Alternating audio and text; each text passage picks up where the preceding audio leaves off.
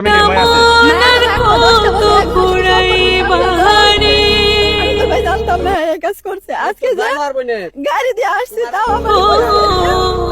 জানি না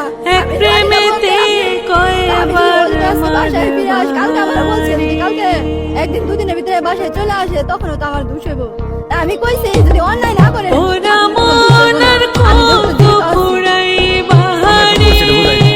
অনলাইন করছে এর আগে অনেক কিছু করছে ভাই, এখন সব কথা বলা